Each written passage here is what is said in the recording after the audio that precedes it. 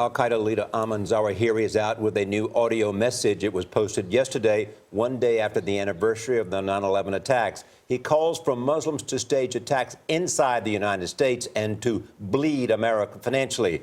Our senior correspondent, John Miller, is a former FBI assistant director. John, good morning. Good morning. What do you make of this? Well, it's interesting, Charlie, because what he's saying is he wants lone wolf attacks. He wants followers of the al-Qaeda doctrine to kidnap Westerners to trade them for al-Qaeda prisoners. He wants lone wolf attacks against American targets. He says that will bleed the economy. He's looking at events like the Boston Marathon bombing, which as a terrorist attack was relatively small in the scope of other terrorist attacks, but he sees the profound effect it had on Boston, and he wants to see more of that. To me, the tacit admission there is that al-Qaeda does not feel it's in the position organizationally to do what it used to do, which is organize and launch that attack itself. Do you assume people are listening to him?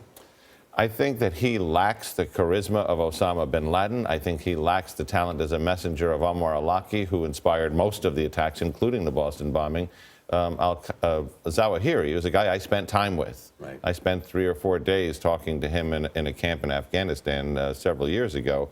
He's an Egyptian pediatrician. He's a smart guy, but he's dull as a messenger, and his message hasn't resonated before. John, I want to ask you about another big story this morning. The American intelligence officials believe that a terrorist born in the U.S. is dead. They think this Omar Hammami was killed by his own leadership in Somalia. He was on the FBI's most wanted list, left the United States in 2006.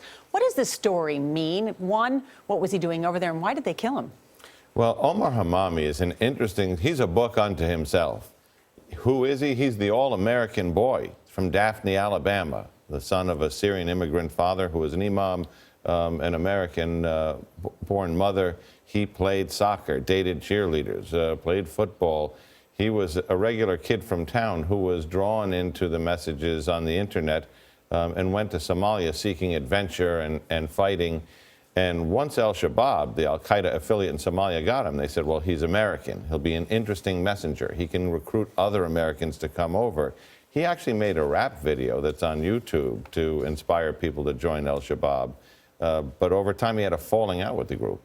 I know his father said, though, he's heard before he thought he was dead, so. We've had several reports that Hammami was dead, and I can't put any more stock in this one than those, except for the fact that none of the people who hear from him have heard from him lately. John Miller, thank you.